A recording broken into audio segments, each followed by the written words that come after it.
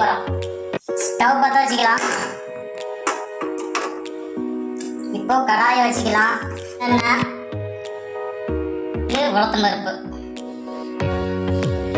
கடுகு நல்லா பொரிஞ்சதும் கடலை பருப்பு கலந்துக்கலாம். ஒரு ஸ்பூன் கடலை பருப்பு நல்லா நிறம் மாற வரைக்கும் வதக்கிக்கணும். கருவேப்பிலை,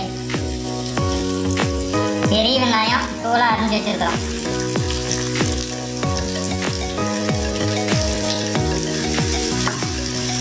வெங்காயத்தை நல்லா வதக்கிக்கணும். பச்சை மிளகாய், பூண்டு,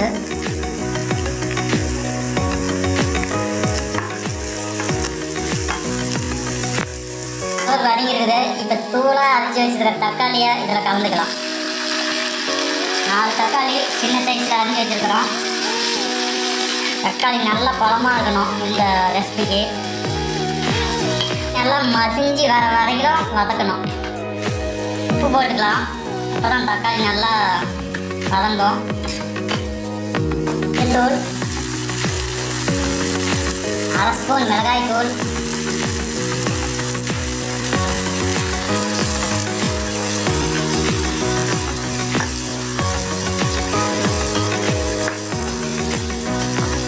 தக்காளி பகுதி வதங்கிருக்குது. இன்னும் 2 நிமிஷம் இப்படியே வதக்கிக்கலாம். தக்காளி நல்லா வதங்கிருக்குது. இப்போ சுடு தண்ணி கொஞ்சம் சேர்த்துக்கலாம். ஹாட் வாட்டர்,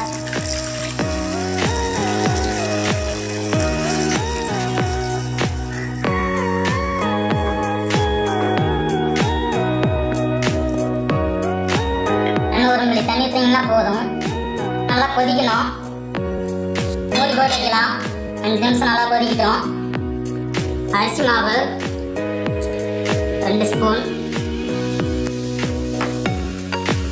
இதில் கொஞ்சம் தண்ணி விட்டு கரைச்சிக்கலாம்.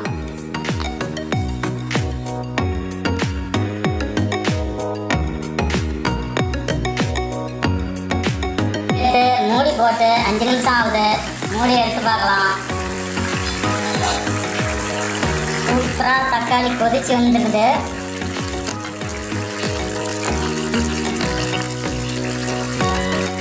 ரெண்டு கப் அரிசி மாவு தண்ணி ஊற்றி கலக்கி வச்சிருக்கிறோம்னா அதை இதில் கலந்துக்கலாம்.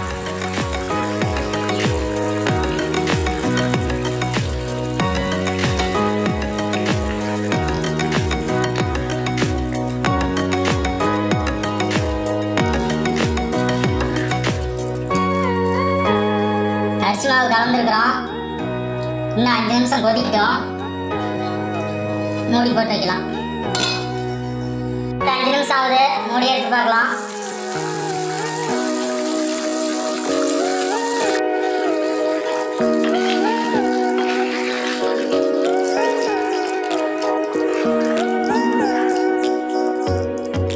கடைசியாக கருவேப்பிலையை தூவி விட்டுக்கலாம். இந்த ரெசிபி சூப்பராக வந்துருக்குது. தோசை, இட்லி, சப்பாத்திக்கெல்லாம் இது வந்து சூப்பராக வச்சு சாப்பிட்லாம். நீங்களும் வீட்டில் இந்த மாதிரி செஞ்சு சாப்பிட்டு பாருங்கள். இந்த வீடியோ பிடிச்சிருந்தா லைக் பண்ணுங்கள், ஷேர் பண்ணுங்கள், கமெண்ட் பண்ணுங்கள். மறக்காமல் சப்ஸ்கிரைப் பண்ணுங்கள். அடுத்த வீடியோவில் சந்திக்கிறேன். பாய்.